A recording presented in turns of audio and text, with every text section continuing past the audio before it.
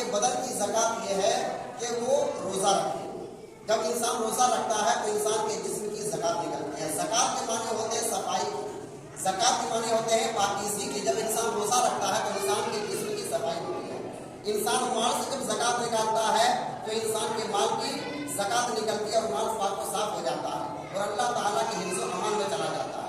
اسی طریقے سے اس روزے کو پاک و صاف رکھتے ہوئے اللہ تبارک و تعالیٰ کے بارگاہ میں پہنچ جائے, اس لیے اللہ کے رسول صلی اللہ علیہ وسلم نے فرمایا کہ ماہ رمضان میں صدقہ فطر ادا کرو.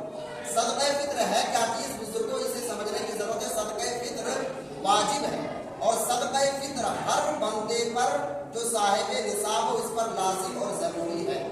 صدقہ فطر ہے کیا چیز؟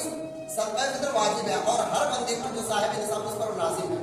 اب رہی بات یہ کہ ایک نصاب وہ بیان کیا جاتا ہے جو زکات کے لیے ہوتا ہے اور ایک نصاب یہ ہے جو صدقہ فطر کے لیے. دونوں میں تھوڑا سا فرق ہے. نصاب کی جو بات کی گئی ہے احادیث کے اندر وہ یہ بیان کی گئی ہے کہ جس کے پاس 52.5 تولہ چاندی یا 7.5 تولہ سونا ہو یا اتنی مقدار کی رقم ہو یعنی اس کی قیمت ہو آپ کے پاس یا مال تجارت ہو تو پھر ایسے شخص پر زکات واجب ہے. اب رہی بات یہ کہ ہم اور آپ 52.5 تولہ چاندی یا 7.5 تولہ سونا اور اس کی قیمت نہیں جانتے کہ کتنا ہے تو اسے معلوم کرنی چاہیے. پھر بھی نہ معلوم ہو تو تحقیق جہاں تک مجھے ہے کہ 2-3 دن قبل میں نے معلوم کیا تو مجھے معلوم ہوا کہ ابھی جو صاحب نصاب کو اگر کوئی پہنچتا ہے تو 52.5 تولہ چاندی کی قیمت لگ بھگ 45,800 روپے ہوتے ہیں.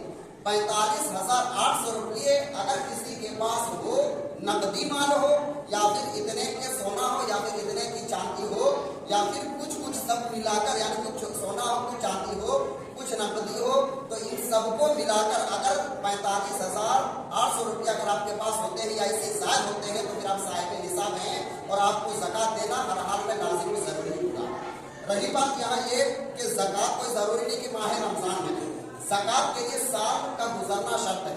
اب جس وقت سے آپ نے مال جمع کیا چاہے وہ جنوری کو لے لیں یا پھر اسلامی مہینے شوال کو لے لیں, محرم کے لے لیں, کسی بھی مہینوں کو لے لیں, ایک سال اگر اس مال پر آپ کا گزر گیا ہے تو پھر آپ کو زکات دینا واجب ہے.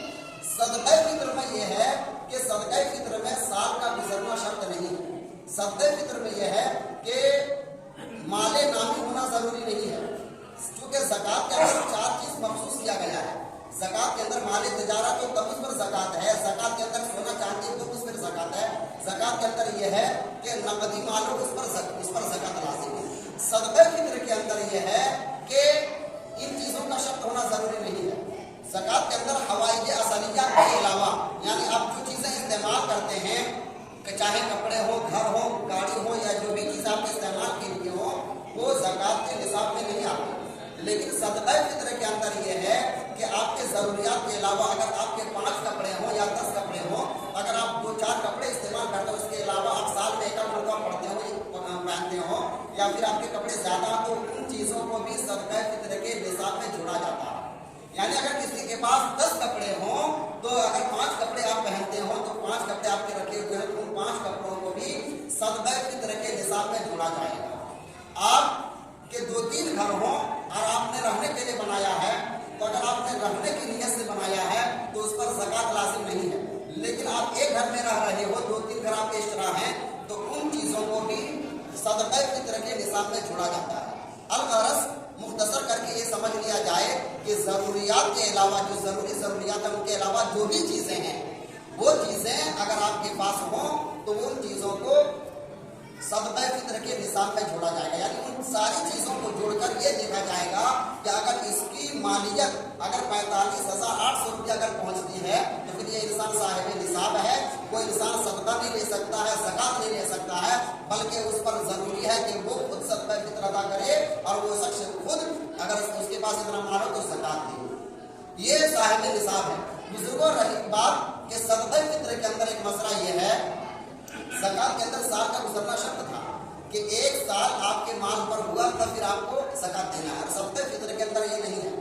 آج آپ کے پاس 50,000 40,000 روپیہ ہوں ہر چیز کو ملا کر تو آپ صاحب نصاب ہوں, اس پر سال نہیں بھی گزرا ہے تو آپ کو صدقہ فطر ادا کرنا ہر حال میں لازم ہو سکتے ہیں.